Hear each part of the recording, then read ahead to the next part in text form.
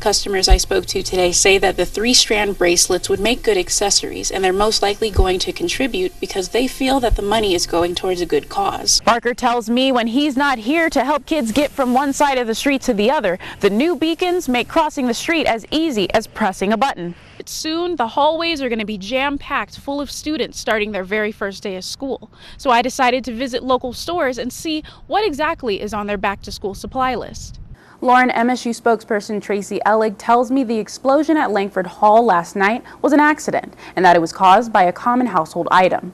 If the lug nuts on your car are loose, you can't just tighten them with your bare hands. You have to use a tool like this to make sure they're on correctly. Behind me is one of the first PE classes to be able to play on the gym floor since it was finished. And as you can see, they look pretty excited. Even though it's pretty warm outside, some skiers that I spoke to said that they're trying to pack in their last-minute runs before Bridger Bowl closes. Officials say that the construction to the street section of North Rouse was completed on time like they planned.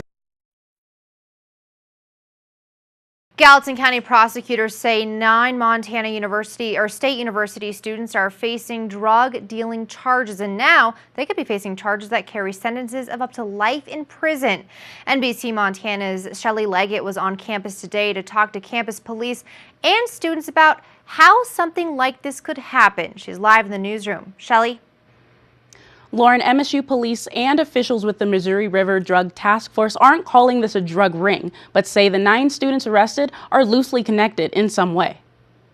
Thursday morning, a Gallatin County judge issued arrest warrants for 9 students at Montana State University who are accused of making, selling, and possessing dangerous drugs. Various drugs. We had some ecstasy, acid, also butane hash oil, and marijuana. Lieutenant Jake Wagner with the Missouri River Drug Task Force says they've been investigating drug trafficking in Bozeman since early January. We do much of our business through confidential informants. We had an informant up here on campus, and the case kind of blossomed from there.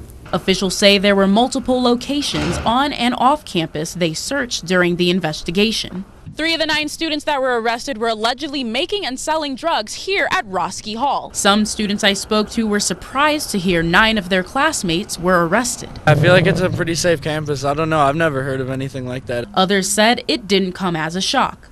I have heard that Roski is more like a stoner dorm, but I just never heard of people making drugs and selling it. MSU spokesperson Shellye Leggett says drug crimes happen on university campuses. Their job is to cut down on the number of incidents. We are doing everything we can to reduce the incidence of these and reduce the risk to other students from these kinds of things. And Wagner agrees. We were certainly glad to get ahead of that.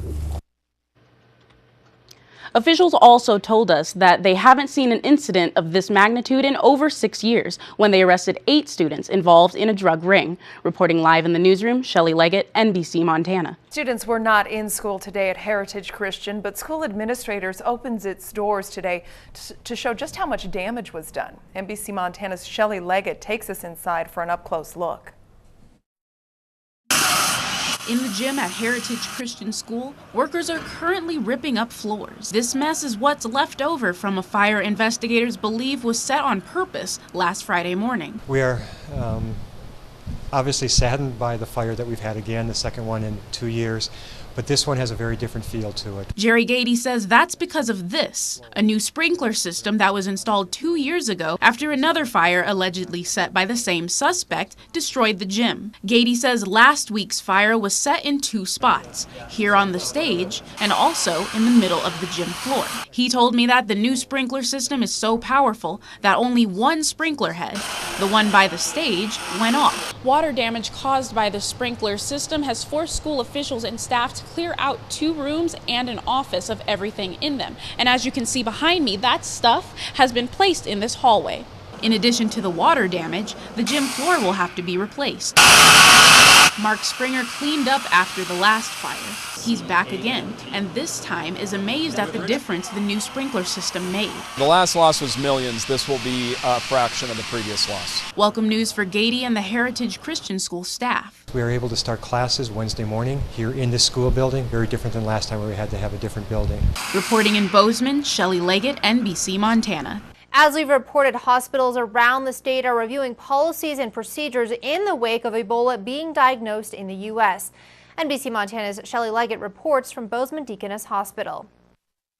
Dr. Mark Winton at Bozeman Deaconess Hospital specializes in the diagnosis and treatment of infectious diseases. In his line of work, not following the rules can be costly. We have infection control practices in place. But since Ebola was first diagnosed in the U.S., we've just kind of beefed it up. He tells me that they're training a small group of emergency room workers and nurses on what to do if someone displaying possible Ebola symptoms came into the ER. One of those best practices, special protective gear. Typically what we have is sort of an all-over garment that goes down into boots or shoe covers with a plastic impervious gown over that and a hood and gloves. Officials told me that they couldn't show me the actual protective gear, but say that they're using the buddy system to make sure responders are checking each other to ensure that their equipment is on correctly with no gaps. He's talking about gaps between gloves and sleeves, anything that leaves skin exposed to outside pathogens. But that's not all.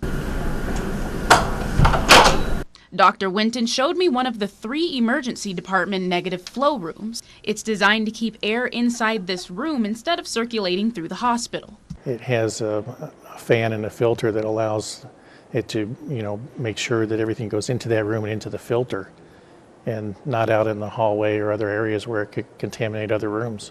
A red flashing sign indicates the door is open and air is moving from the room into the rest of the hospital. Close it and the airflow is cut off and the light turns green. Dr. Winton told me that on top of what they're doing at the hospital, they're also looking into what other hospitals are doing to make sure they are up to speed with the latest protection.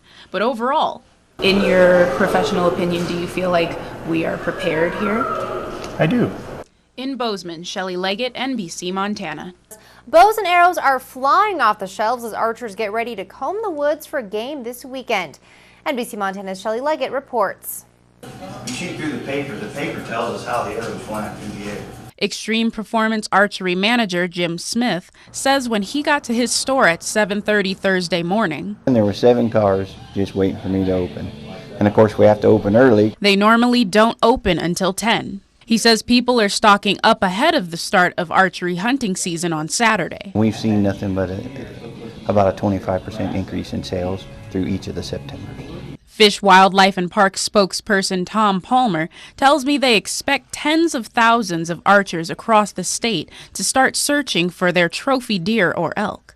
Typically we have about 40,000 archers that are out there. That's probably about where we're at right now. So we're kind of right where we need to be as far as that's concerned. Meaning they're selling a lot of hunting licenses. The general season starts in about a month, and there's initially a pretty good run on licenses then, and then those sales will continue for another 5 weeks beyond the opening day,